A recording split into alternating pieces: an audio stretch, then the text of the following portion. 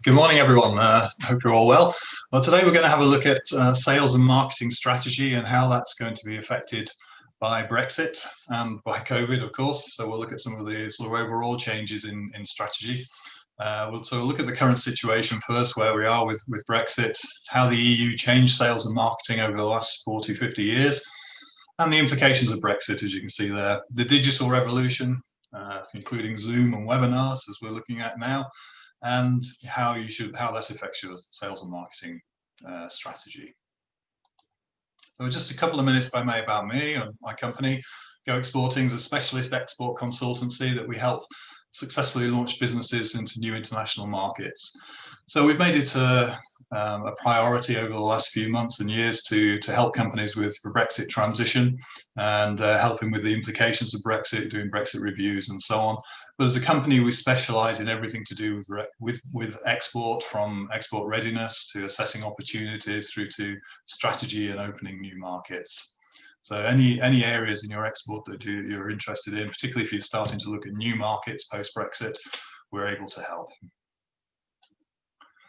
So the current situation, where are we now? What's going to be changing? What are the implications? And what are the other challenges that are around at the moment? The UK officially left the EU, as we know, on 31st of January this year. So we're no longer an EU member state, but we're in this transition period, which will last until 31st of December, so a little less than a month away now. The government announced already in June that would not be extended. It could have been extended, I think, for up to 2 years, but it won't be extended at all. So we're now relying on getting some kind of agreement with the EU or falling back on WTO rules. So until the end of the year, however, we remain in the single market and the customs union, which means that we've not really noticed any difference until now. But Brexit proper will start on the 1st of January next year. So we're seeking, as we all know, to enter into a comprehensive free trade agreement with the EU. So we really are in the last chance saloon now, aren't we? There's been so many deadlines come and go, from the 15th of October right through to now, and they're talking about this week being the last week of potential discussions. And actually, there's still the same two stumbling blocks are there, which we'll see in a moment. We're also looking to mirror free trade agreements that the EU has with other countries. And of course, we've got turmoil at number 10. We've just lost some advisors and so on, and backbench revolts and so on. So, but whatever happens, deal or no deal, there are going to be changes as we go forward. So what is really changing? Well, we're no longer part of the customs union or the single market. So that's the end of free movement of labour and of goods and services around the EU. And that was a key factor, as we know, in the Leave vote, was the free movement of labour. But it has consequences for your business strategy, sales and marketing strategy, which as we'll see later. There's been a lot of talk about the free movement of goods and labour, but the service sector is also important. You know, it's 80% of our national output is services, and an even higher percentage of jobs, and 50% of our exports. 40% of our service exports go to the EU, so it is a key area. Brexit does threaten potentially a heavy blow on that, depending on the terms of a free trade agreement, and if there's mutual recognition of qualifications, standards and assessments and so on, which will really affect the service sector if we don't have those built into an agreement. As we already mentioned, we lose access to EU free trade agreements, so we're trying to enter into our own. There was the Japan agreement, which we just entered into, and Canada, which is good news, but there's still another 13 or 14 agreements which the EU has, which we haven't replicated as yet.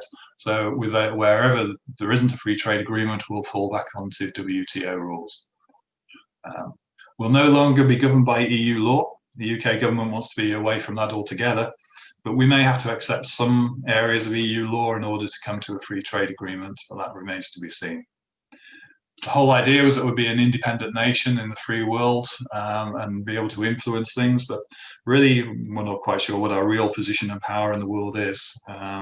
We have the US special relationship, but that again may come and go, or may not be as special as we think it is when it really comes down to it. And unless there's a free trade agreement, as I said, we'll be heading towards WTO rules, and that can have implications in particular for duties.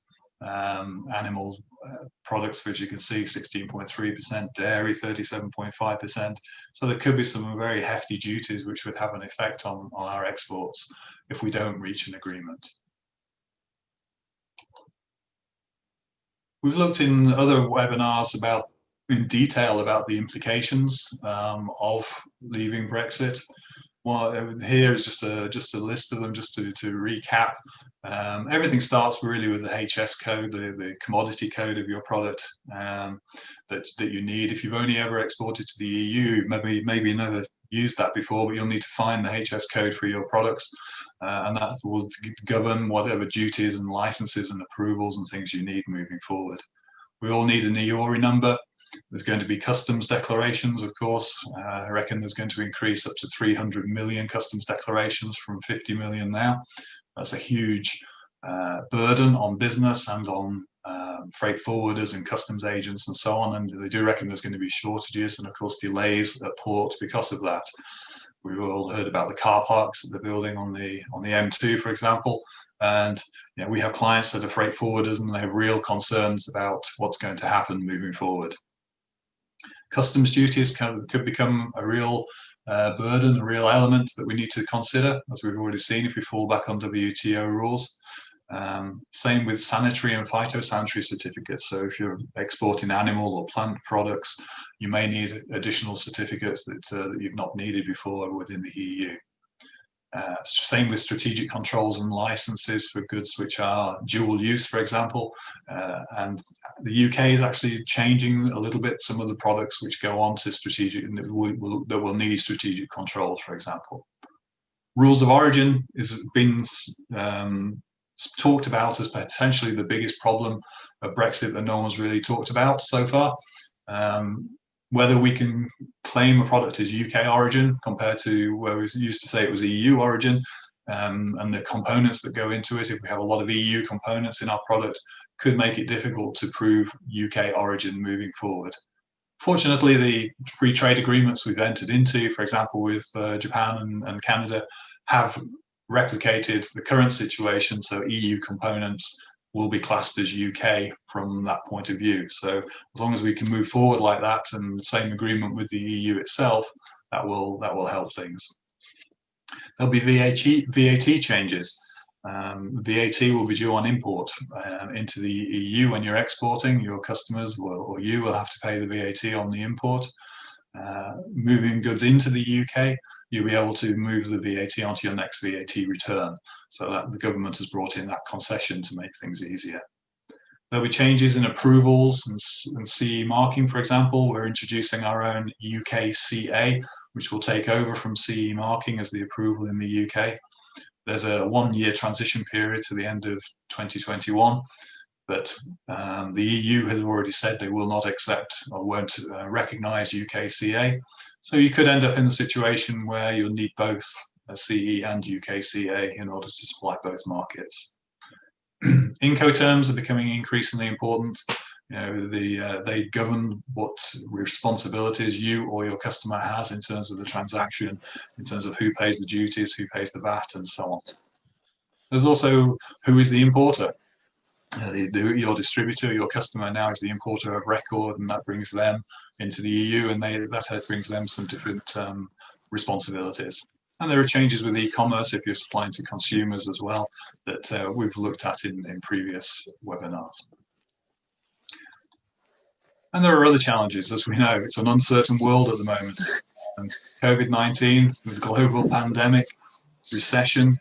So Brexit is not the only challenge that's facing business. We've got constant changes which are going to affect our strategy, surprise election results, and so on.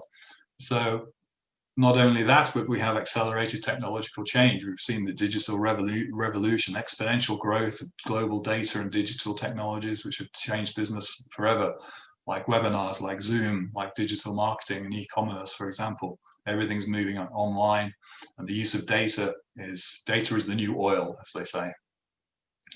And consumers are increasingly having environmental concerns about racial, political, and economic inequalities. So we've seen Black Lives Matter movements and so on. Marcus Rashford's campaign about school meals. That's led to the growing importance, or added to the growing importance, of corporate social responsibility as a fundamental of your business and your sales and marketing strategy also. And that's led to the concept, what we call always on change. This was coined by the Boston Consulting Group. It's no longer enough to change strategy to resolve one issue like Brexit and think that's job done. We need to have a constant eye on the world around us and review the effect of that on our strategy. We need to be agile, we need to be fast reacting. And that reflects into our discussions today on sales and marketing also.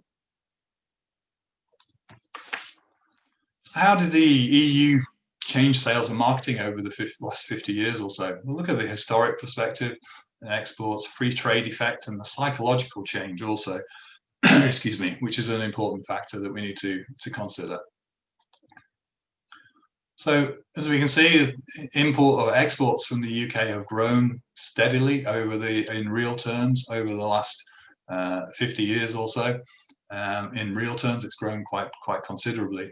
But if we look on the graph below as a percentage of GDP, you can see that the actual percentage of GDP has not changed so much. So overall, exports is not that much more important, if you like, to the economy than it has been previously, although in real terms it has grown considerably.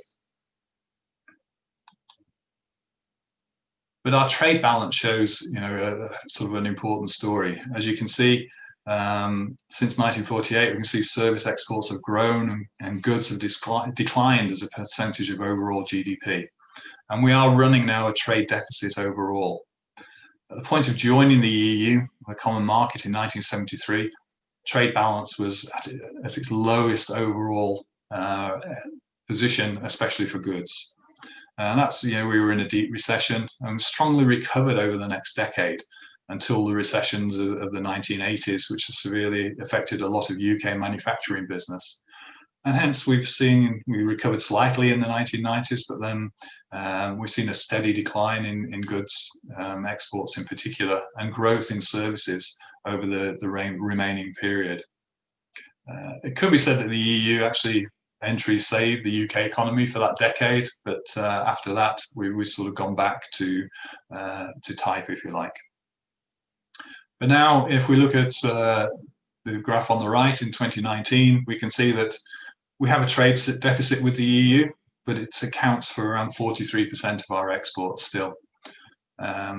We do have a positive trade with the Americas, with Africa and Australasia and Oceania, but a negative effect with China, where we've seen obviously the growth of China in that period. Asia overall, but China has grown incredibly in terms of our imports from that country. So the implications for Brexit, for 2021 are important in defining our sales and marketing strategy and our regional targets for moving forward. And we have to look at where the opportunities are, not just to where we've historically sold our products. As we can see, still our biggest market, in fact, is the USA. 20% of our exports go to the US, and we're trading there on WTO terms, same as we are in China. So WTO is not all bad. It can work, but it will work for certain products and not for others because of the duties that are involved. The EU bloc, however, is still our biggest export partner. So what effect did the EU have on sales and marketing? Well, we had the free trade effect, as we call it. We became part of the single market. There were common rules, free movement of goods, and we have a population of 450 million people in the EU with a GDP of nearly 14 trillion euros, which is 16% of the world GDP. So it's a huge market. So it's not surprising that UK businesses placed greater emphasis on the EU with their sales and marketing after we joined, and it became a key area. It was easy to do business, and it was a huge potential market to aim at. 16% of world GDP is third in the world behind China at 16.4% and the USA at 16.3%. So it makes the European Union, a very important trading partner in the world terms. Yet, as we've seen, the USA is still our biggest partner, with 20% of exports. What was the psychological change over that period? Over time, the EU has become increasingly powerful and influential, particularly in the near region, but also further afield. More and more countries look to join in full or in part as part of the single market with the European Economic Area, and more still are looking to join. For example, Turkey. So the introduction of the euro, that created this a greater feeling even of being European for certain countries that followed it. So we've seen this big expansion and this feeling of being European. Consumers and businesses have started to identify themselves as European, as well as their national status. Obviously, there's more in some countries than others, the UK not being one of those. We've moved the other way. But if you go to Germany or France and these countries that are really the core of the EU, then European they're almost as proud of that as being their national origin. So EU origin has become accepted almost the same as national origin from that point of view. And this is a real psychological shift. And it's led to changes of emphasis in marketing campaigns, giving out a European message, not a national message. But this is something that we have to look at, and is probably going to change. In times of challenge, as we've had now and over the last few years, that does lead to a return to nationalism, if you like, protectionism of economies, like Donald Trump's been doing in the US, for example. And may ultimately have led to the UK's leave vote from the EU. So there has been this psychological change over the period we've been in the EU, where the thought process of being European and accepting products that are European has had an effect.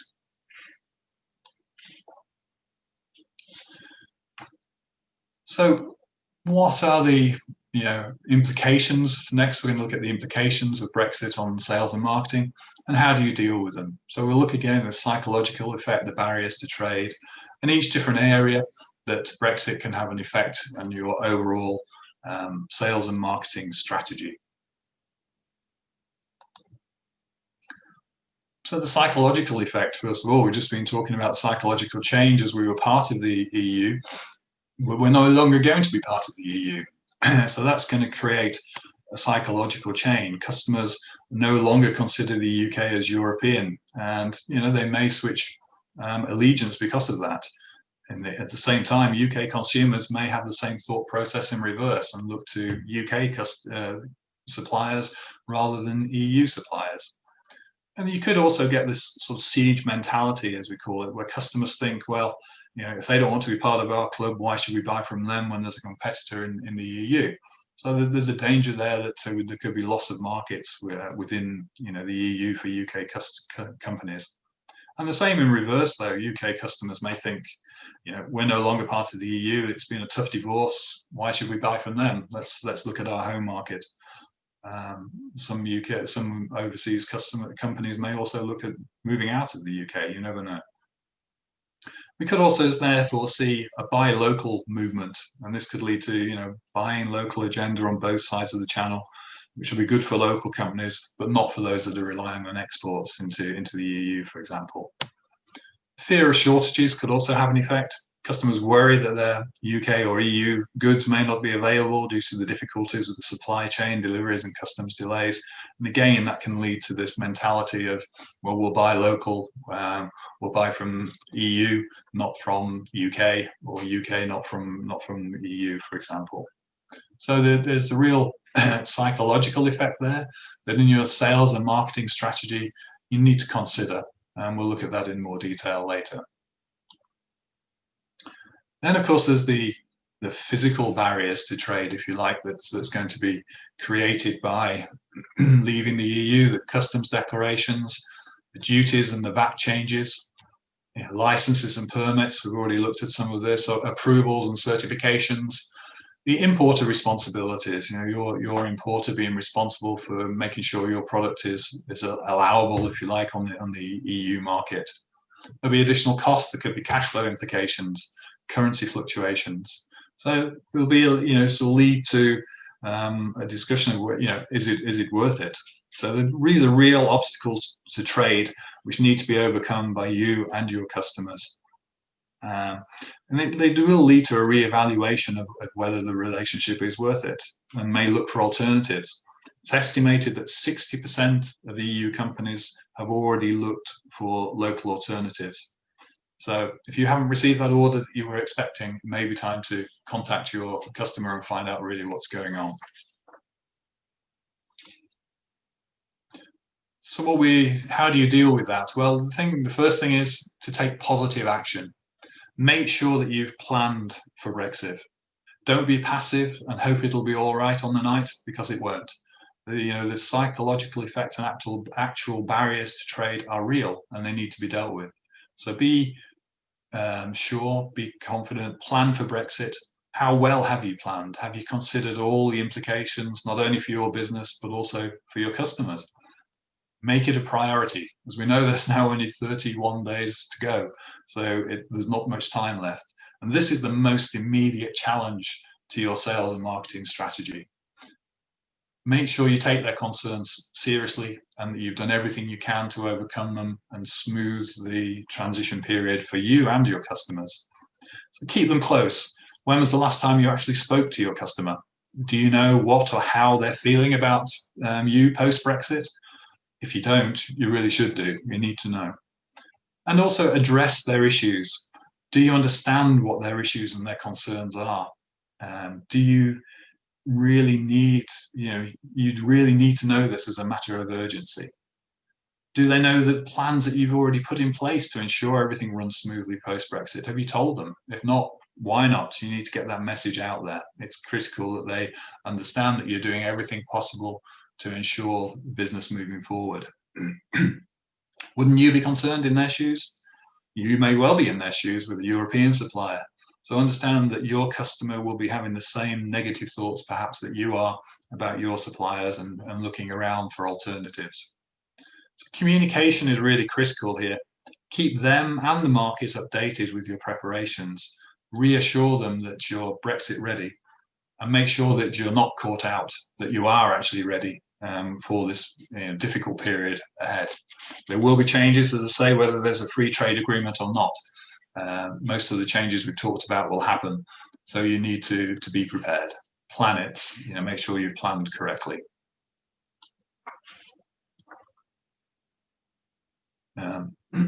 So the value proposition, what is your value proposition in your business?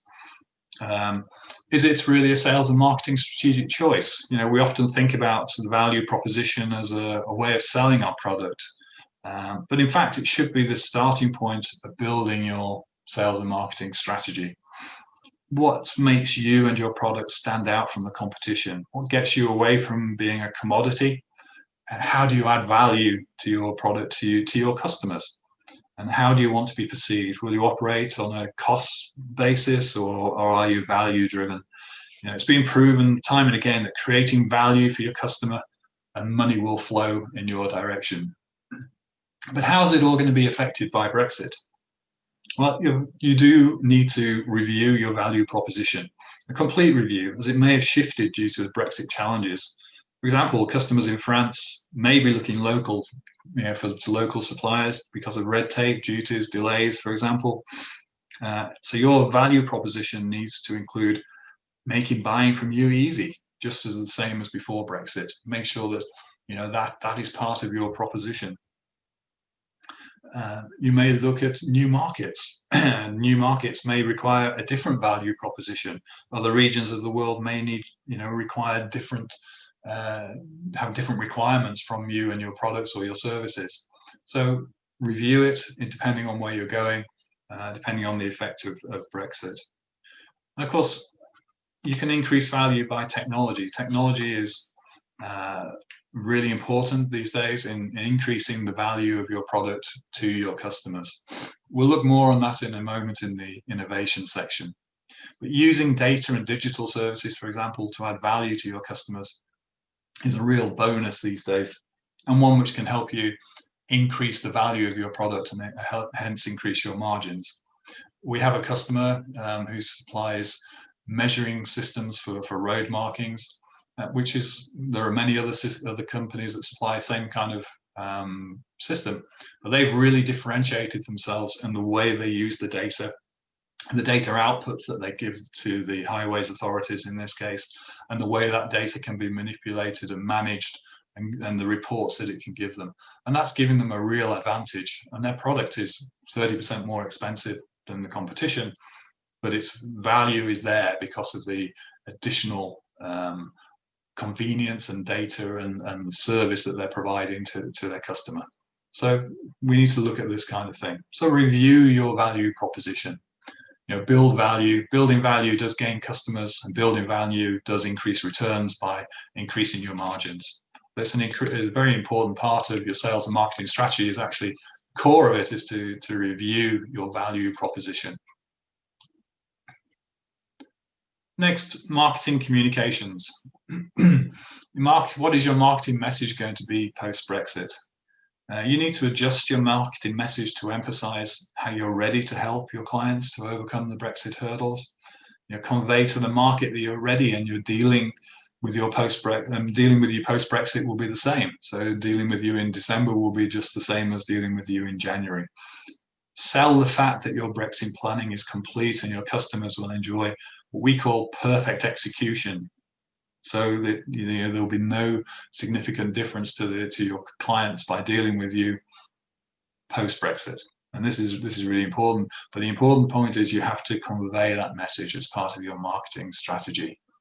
And you also need to communicate it to all stakeholders within your business also. There'll be a lot of unease perhaps within the business. So communicate to everyone, all the stakeholders, that you are ready and that things are going to be smooth and business will continue as you move forward. Same goes with the product, with your service message.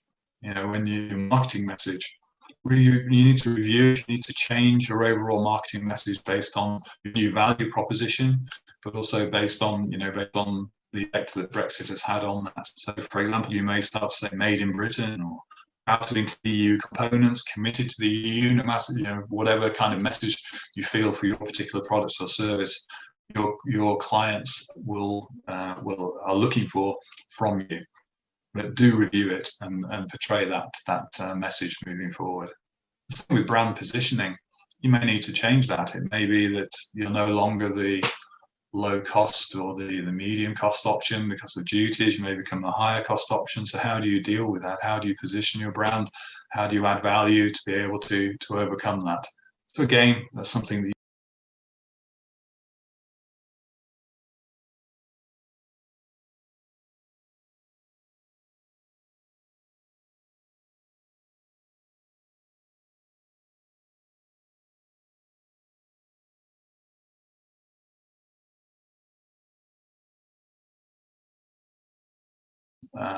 within your marketing. They may be different in different countries.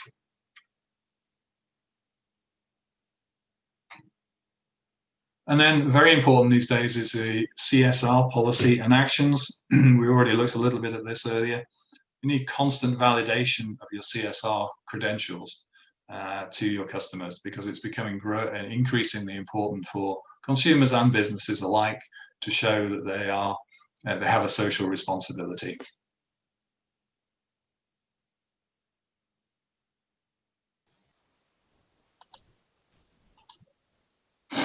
Mike, I'm not sure if we've lost the screen. Can anyone else see the screen share? Sorry, have you lost? Yeah, something just strange happened there. I know. It went. I've lost the. I couldn't hear you when the screen is gone. Okay. Strange. It's gone bizarre this morning.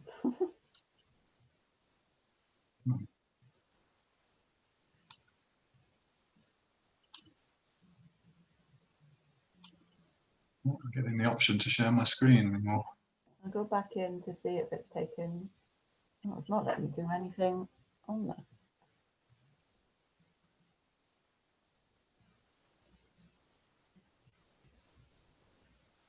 Oh, it's not letting me.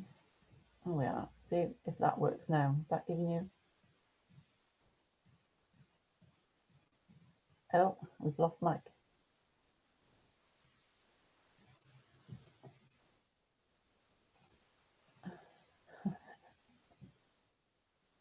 I knew these things were going too well. Hello, can you hear me now? Yes, we can. All right, sorry, I don't know what happened there. But... All right, let me see if I can share my screen again. Can you stop giving me a heart attack this morning, please, Mike? I was talking away and I thought, I wonder what's going on here. See that now? Yeah, all good. Okay, so I don't know quite where we got to, but I'll just continue as if we're okay. So the slides sent out. Sorry. I'll get the slides sent out for anything that we've missed there. So that's not okay, right. Okay. So yeah, so we were talking about marketing and communications and how the marketing message will need to change post Brexit, taking into account, reassuring customers that that you're ready for Brexit, giving out this message of confidence to your customers, but also to the market and also to all of the stakeholders within your business. And also reviewing your product or service marketing message based on what we were talking about in terms of your value proposition may have changed. So the marketing message may well be changing, as will your brand positioning perhaps. If you've got customs duties, for example, you may no longer be the low cost or medium cost option. So you have to position your brand accordingly and justify that difference.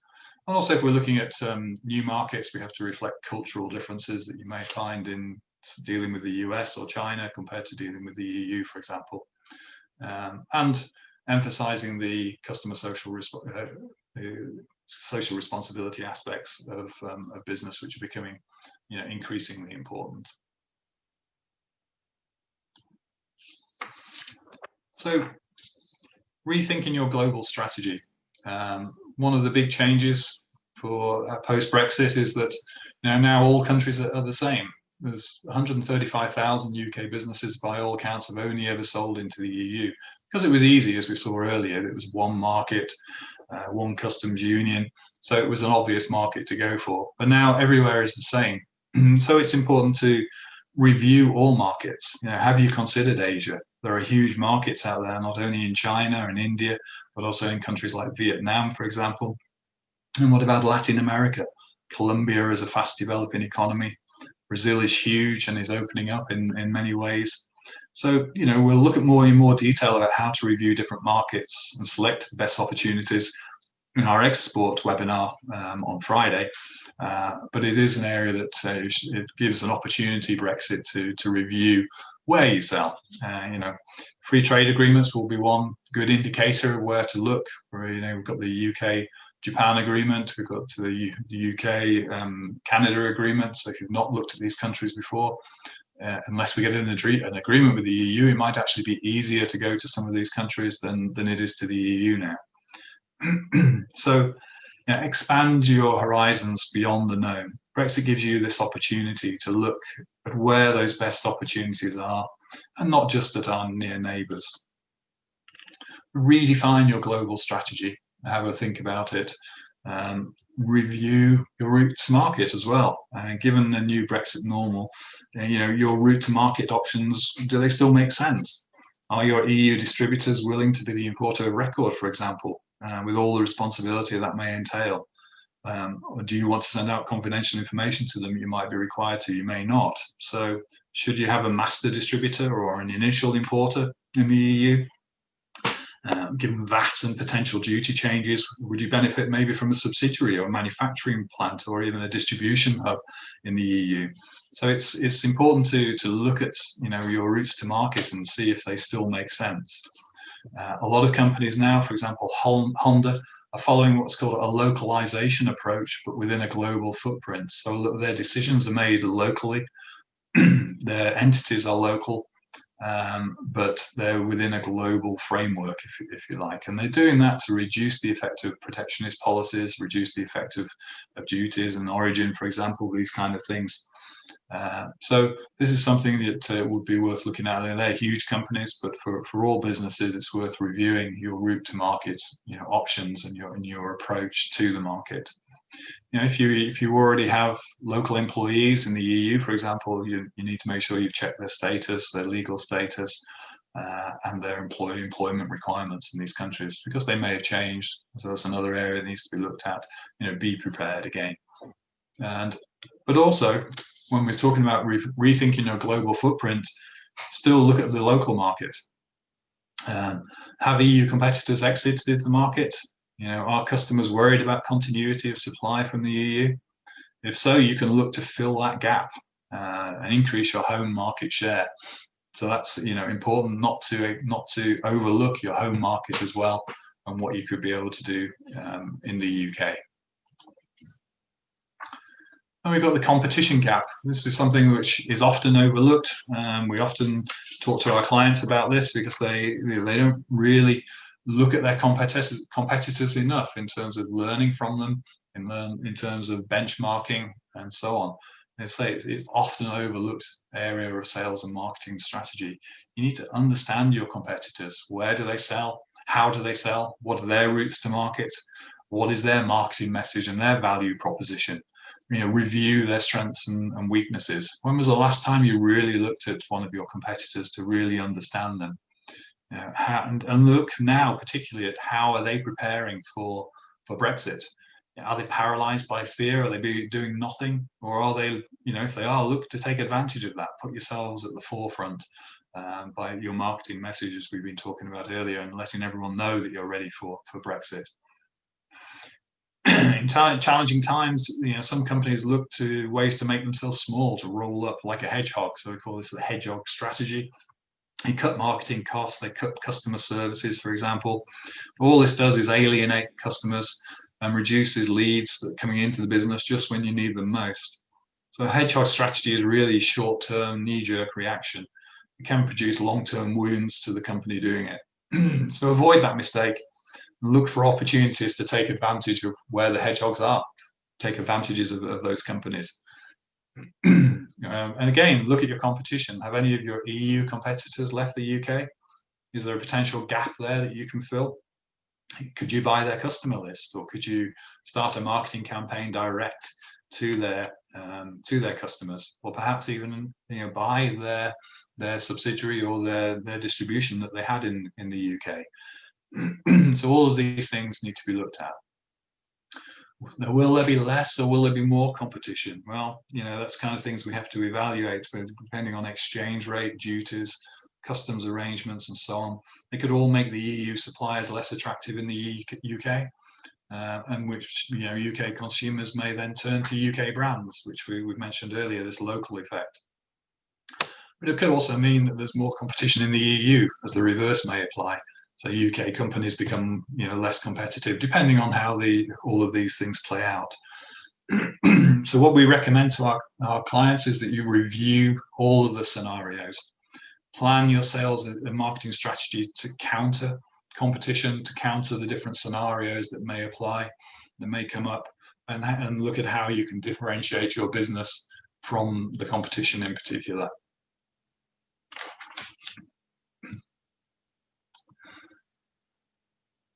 Innovation. It's often not thought of as a sales and marketing strategy. I'll explain why there's a picture of a tractor there in a moment.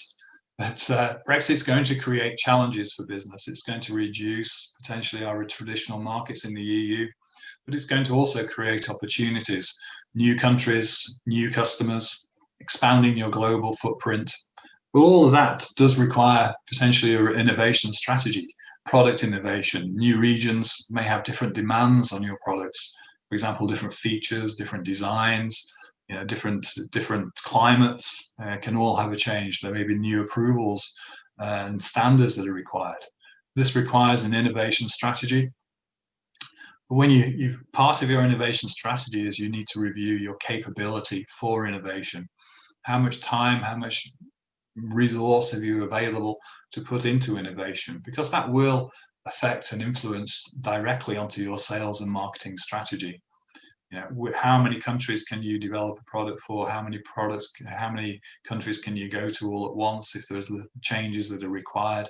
What is your capability for innovation to get ready for those different markets? So that all needs to be taken into account when you're looking at your sales and marketing strategy directly. There may also be an innovation opportunity because of Brexit, to develop your products to help solve a customer's Brexit challenge or service, to look for gaps in the market. So again, this is an area that needs to be looked at as part of your overall strategy of sales and marketing. Technological change. Well, as we mentioned earlier, there's been this rapid growth of data and digital technologies. And this brings us on to the tractor there. John Deere, you think of John Deere as a tractor manufacturer, a farm machinery manufacturer, but actually they branched out to provide data. So they could provide their customers that buy a tractor with an app and with a software they can have on their computer, which can show them where all of their machinery is around the farm, how it's performing, spread rates, for example, outputs, yields, can match that to weather and to field yields, and to maximize the farmer's results. And this is a real clever strategy, because what it does, it reduces the threat of competition for them. That farmer is going to keep buying John Deere, is not going to buy Massey Ferguson if he needs one more tractor, even if that's a little bit cheaper, because he wants to maintain that data, that digital service, that information. As we said earlier, data is the new oil, and information is critical. So look at ways of adding value to your products through technology, and consider how innovation of this type could benefit your customers and help them to overcome Brexit. Next, we can look at process automation. It's a huge topic and potential for businesses due to leaps in technology, robotics, AI, and so on. But we're not just talking about that. We're talking about the potential to automate processes and roles. It's particularly important, if labour does become scarce because due to the end of free movement, as we talked about. But we're not just talking about manufacturing or agriculture. We're also talking about business functions like sales and marketing. So, for example, sales automation software, CRM systems, marketing automations, takes away those menial tasks, and it helps to automate customer contact so that you've got regular information going out to your contacts without it being such a burden, a menial task for someone to keep remembering to repeat that. On average, they say that it takes 10 contacts with a new customer before you make a sale. Automation can help you do that in a very easy way. So it's innovation in this way is a key part of your sales and marketing strategy as you move forward. But the next critical factor is your sales leadership and the relationships you build. This is a key strategy decision going forward. It's an uncertain world, and in an uncertain world, leadership becomes critical. How you lead your sales organization will definitely be crucial. It requires deep consideration, therefore, and strategic planning. And the message you convey will affect the performance of your whole business. Brexit and COVID-19 may have created uncertainty and a feeling of impending doom in your team. Your sales and marketing team will be feeling it too. COVID is obviously not helped there. So you need to convey a calm but positive outlook. Communicate the preparations you've carried out and that you are ready for the challenges ahead.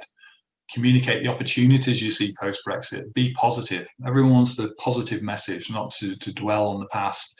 But move forward, and that will help move your organization forward. So build stronger, more transparent and more responsive relationships internally and externally post-Brexit. Build it with your customers, with your team, with all the stakeholders.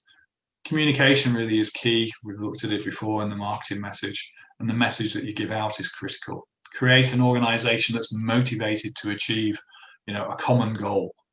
As we can see there, guide people so they find solutions, vision, bring them into the decision making and teamwork, give a clear direction and strategy, communicate, all with the aim of reaching a common goal. So strategy, your sales and marketing leadership is extremely important in this whole process. And we're going to just spend a moment looking at the digital revolution. We've already mentioned about data, and we've all seen how e-commerce has blossomed, has exploded really since the COVID-19. It was already growing, but now it's really exploded. So we'll look at the importance of digital marketing and how selling via Zoom and so on has changed sales and marketing strategy. So even before COVID-19, business was moving online, as we all know. Retail, it's 14.1% worldwide of trade. That's around $4.13 trillion. That's forecast that's going to grow to 22% by 2023, 95% by 2040. And those forecasts were before COVID-19. So that's really moved forward. We're probably at 22% or more already. And it's going to only increase. But you may think, well, I sell business to business, it doesn't affect me. But that's not true. 17% of business to business, they believe, will be online by 2023. So it's an important point, an important area that you need to consider for your strategy moving forward. How much of your business can be done online? How do you do that? So 61% of business to business transactions, it's reckoned, actually start online. And it can work for any products, any service. So you get your products online, look at ways of giving the information to your customers. We'll look at a little bit more detail in a moment. Of course, the beauty of online is it's cross-border, it's multinational. So you can target different countries. You'll be open to a business in lots of different areas of the world. But the critical thing again is making the transaction easy, making it easy for someone to buy or to get the information that they need on your website through your systems.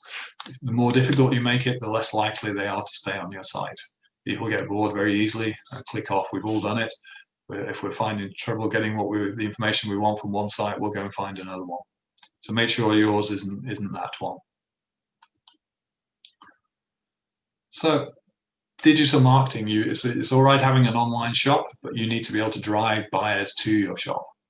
You know, it's a key area of business now. So as we said, 74% of business-to-business buyers conduct over 50% of their research online even before they purchase offline. But Google says that business-to-business are 57% of the way to a decision before they actually contact you. So if you think about that for a moment, that's a huge proportion of the research into a sale that's already been done. And what it means is you must give prospects enough information so they can do adequate research on your product or service before they even contact you. You know, there's no longer room to keep information off your website and the hope that prospects will call for it, because they probably won't. They want to look online. Instead, they'll go to your competitors' websites where they find the information they seek. And they say this is Google research, that 57% of the way down the path to a decision before they actually perform an action on your site. So therefore, search engine ranking is critical. You need to look at how you get your website as high up the Google search and other search rankings as it's possible to do so. And to do that, you need to understand your keywords. You know, what do people search when they're looking for your product or service? Understand that, and you can make sure you incorporate this into your website content, into your blogs, and so on. And you need to have a content management, a content marketing strategy. Things like white papers, blogs, social media posts, videos. Video is the big thing at the moment. You get far more response from video posts on social media, for example, than you do on a text post or a white paper. It all helps to drive traffic to your site, and that'll help improve your search rankings. So it drives traffic to your site via social media. And this concept of answer their questions, TIRE as they call it, is they ask, you answer. It's a concept that's been developed by a guy called Marcus Sheridan. He's written an excellent book on this subject. And basically what it's saying is make sure you're answering the questions your customers want answering on your website. We've already seen how much of the decision-making process is online before it even reaches you, before you know about that customer. So make sure you're answering their questions, even down to price. He says you should answer the question of price on your website so that most of the work is already done and they're confident in you. And you can do that. You can drive customers to your site through Google, Facebook, Twitter, LinkedIn adverts, and so on. You need to look at all these different ways of getting people to your site in the first place. So digital marketing is cross-border. You know, you can target different countries. I was talking to a prospect for our business in South Africa the other day, and he asked me outright, how come when he searches for export consultants in South Africa, we come out #1 in the search? Well, that's down to the digital marketing that we do for our business, the SEO and the content management that brings us high up in the searches for many countries around the world. So digital marketing can be highly targeted. It's a very highly targeted marketing approach. You know, it allows you to target even different sectors, different industries, different job titles even. And, you know, you promote your brand. You can look to enhance your brand or protect your brand by running ad campaigns, making sure that your advert appears above competitors' organic website listings, for example. These are areas that can really help to improve your profile. And yet, the other thing is to become the trusted or thought leader in your market. This is really important at this moment in time in terms of COVID. You become seen as the expert in your market, and that will really help to drive your business now, but also after COVID. People will remember that you were there, you were leading, you were giving your opinions, coming over as the expert in your particular market. And this is a really key area. You know, there are three pieces of research that have shown that this is critical for future, you know, of sales and marketing. Trustpilot found that selling hard is the last thing businesses should be doing right now. 91% of consumers say they find ads more intrusive than they were 3 years ago. HubSpot, which is a CRM system, reports that 70% of companies find that reviews, social proof, and word of mouth directly generate revenue. And 55% of consumers turn to brands they trusted during lockdown. It's been found. So buyers are turning more to brands they trust, and those who aren't selling too hard, but instead are educating them, informing them, and proving that they're socially aware. So as we looked at the CSR policy before. So all of these things need to be taken, you know, and these are key elements for your digital marketing strategy. So what should your strategy be for next year? So gather customer reviews, you know, tactfully gathering reviews to publish across external sites such as Trustpilot and on your own website, and sharing that positive feedback across social media, for example. You know, creating content that helps people and use that as the first point of contact with your brand. Promote this content across search engines and across paid social media, for example. You become the business that your customers and potential customers trust. You become an authority in your field. Become the business they trust. It's a difficult area. There's lots to take in there, and if you're not doing it, then we do recommend you get some help. There's lots of people out there that can help, including ourselves. We have some special digital marketing services. It's a new area of business, and I have to admit that most of what I've just been saying to you, I've learned from my son. But it's a new area of business. The buyers of today are the millennials of the past that have grown up with this kind of thing, and they understand it. And it's important to get help to bring this to reality. Yeah, we're talking about selling in the Zoom era. Selling has changed forever. You know, we've all been doing these Zoom calls. It's here to stay, in my opinion. It's not going to change now. Companies have found that it's saving a lot of money by doing without traveling. A lot of time is saved. So it is here to stay, whether we like it or not. And we need to embrace that change. One key element of that is that we need to train our teams on how to how to sell over video. Selling by Zoom is completely different than selling face-to-face. It's much harder to build those relationships. There's no dinner and drinks afterwards, which is where a lot of relationship building was done, certainly in the years I've been doing international business. But we need to embrace that change and get the specialist training for our teams. And we don't expect it's going to come naturally, because it doesn't. It's something different for a lot of people. So develop your team. Develop also your online resources that can help your team. So things like catalog links, sales focus, frequently asked questions, standardized emails, links to blogs and white papers, videos of your products, people, production, all of these different things need to be incorporated into your sales and marketing strategy to support your sales team, which is now increasingly doing their work online. Same with webinars and virtual open days. These will outlast COVID-19. They've shown how much time and money can be saved by customers and suppliers, but it does reduce that relationship effect, as we've said. But as we've seen, more of decision making is moving online, so we need to embrace this and take it forward in our strategies. But don't overlook individualization. It's not one size fits all. It doesn't work today in this interconnected world. Customers are individuals with different requirements, and treat them as such. And one of the things that you can do is you can target individuals, as we looked at earlier, and change your message depending on the person that you're targeting or the industry that you're targeting. So it doesn't need to be an insurmountable challenge, but rather it's a process that requires frequent experimentation and fine-tuning in your sales and marketing strategy. So, but let's not forget the key elements of a sales strategy. These are the core elements that I've always used with my sales teams and in advising clients on how to develop their sales strategies. You break it down into three fields. One is enhancing the core. So you have your core products, your core sales, and you look at how can I enhance that? How can I improve my sales of my existing products, my core business, the add-ons, the upsells, how do I increase my margin? So we want to enhance our core business. That's a fundamental of sales strategy.